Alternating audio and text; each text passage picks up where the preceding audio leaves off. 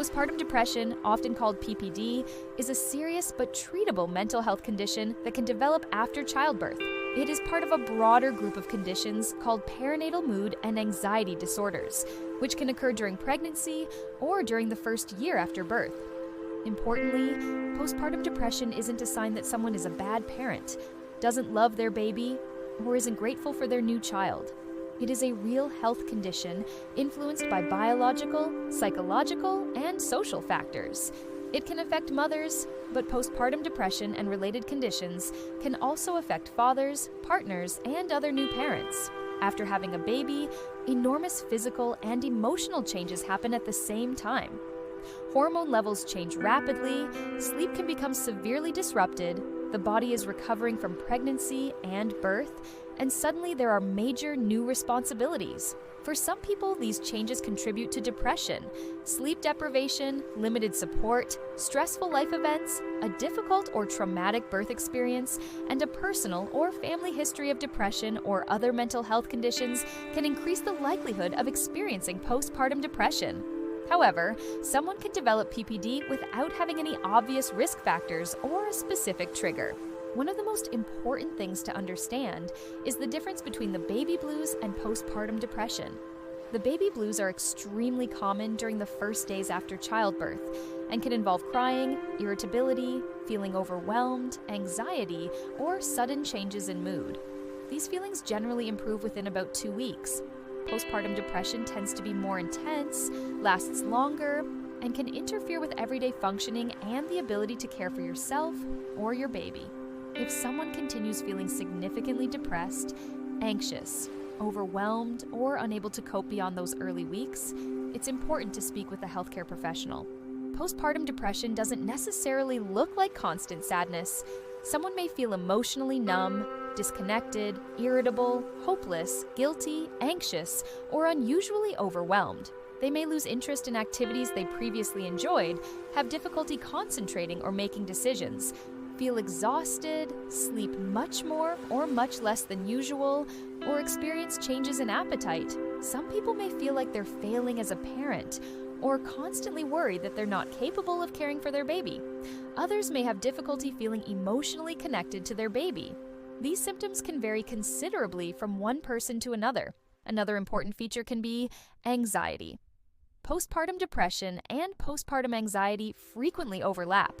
A new parent may experience persistent worry about the baby's health or safety, overwhelming fear, panic, or intrusive thoughts that are difficult to dismiss. Having an unwanted intrusive thought does not automatically mean someone wants to act on it. However, distressing or persistent thoughts should still be discussed with a healthcare professional so the person can receive appropriate support and assessment. Postpartum depression can also affect the body. Depression can contribute to profound fatigue, changes in sleep and appetite, difficulty concentrating, headaches, and other physical symptoms. This can create a difficult cycle because caring for a newborn already involves interrupted sleep and enormous physical demands. Canada's postpartum health guidance specifically notes that sleep deprivation can affect how someone thinks and copes and can increase the risk of postpartum depression. It is also possible for depression to begin during pregnancy and continue after birth. That's why healthcare professionals increasingly use the broader term perinatal depression, which includes depression during pregnancy as well as after childbirth. Some episodes begin during pregnancy, while others become noticeable in the weeks or months after delivery. There are several factors associated with increased risk. These can include a previous history of depression, anxiety or bipolar disorder, depression during a previous pregnancy or postpartum period, limited emotional or practical support, major stressful life events, relationship difficulties, and a traumatic birth experience. Having one or more of these factors doesn't mean someone will develop postpartum depression, and having none of them doesn't guarantee that someone won't. Postpartum depression can affect more than the person experiencing it. When a parent is struggling with untreated depression, relationships can become more difficult, and bonding or interaction between parent and baby may be affected. This does not mean that a parent with PPD will permanently damage their relationship with their child. It means that recognizing the condition and getting appropriate support matters. Early treatment can improve the parent's well-being and support healthier family relationships. Diagnosis usually involves talking with a healthcare professional about symptoms, mood, sleep, functioning, medical history, and circumstances surrounding pregnancy and childbirth. Screening questionnaires may be used to identify symptoms that deserve further assessment, but a screening score by itself isn't the same thing as a diagnosis. A healthcare professional may also consider whether physical conditions, such as thyroid problems, anemia, or nutritional deficiencies, could be contributing to symptoms. The good news is that postpartum depression is treatable. Treatment depends on the severity of symptoms and the individual circumstances. Psychotherapy or counseling can be effective, including approaches such as cognitive behavioral therapy and interpersonal therapy. Support groups and peer support can also help reduce isolation. For some people, medication may be recommended, either on its own or alongside therapy.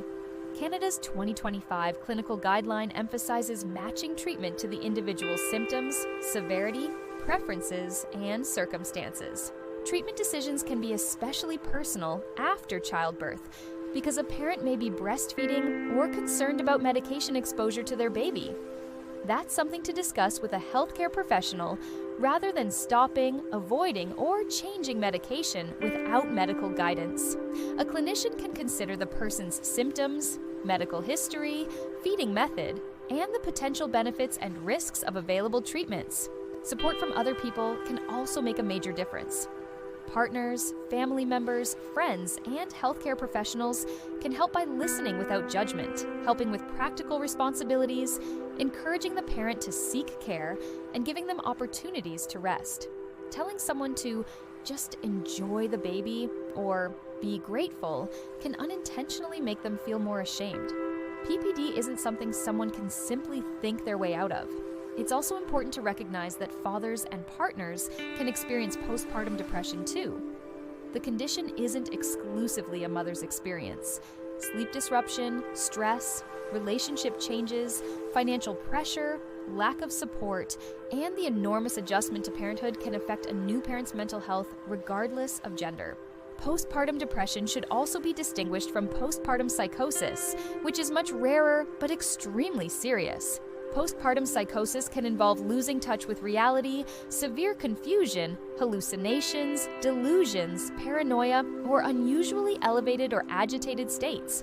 It is a psychiatric emergency requiring immediate medical attention. If someone develops these kinds of symptoms after childbirth, they need urgent professional help rather than waiting to see whether the symptoms disappear.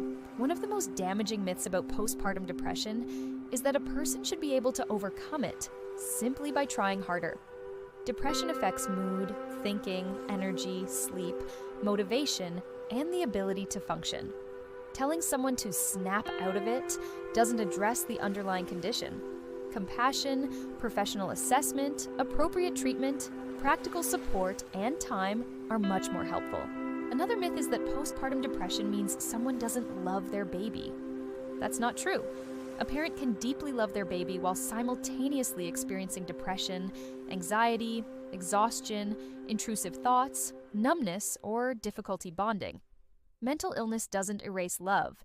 It can simply make it much harder to experience emotions in the way someone expected. It's also important to know that asking for help doesn't mean someone has failed as a parent.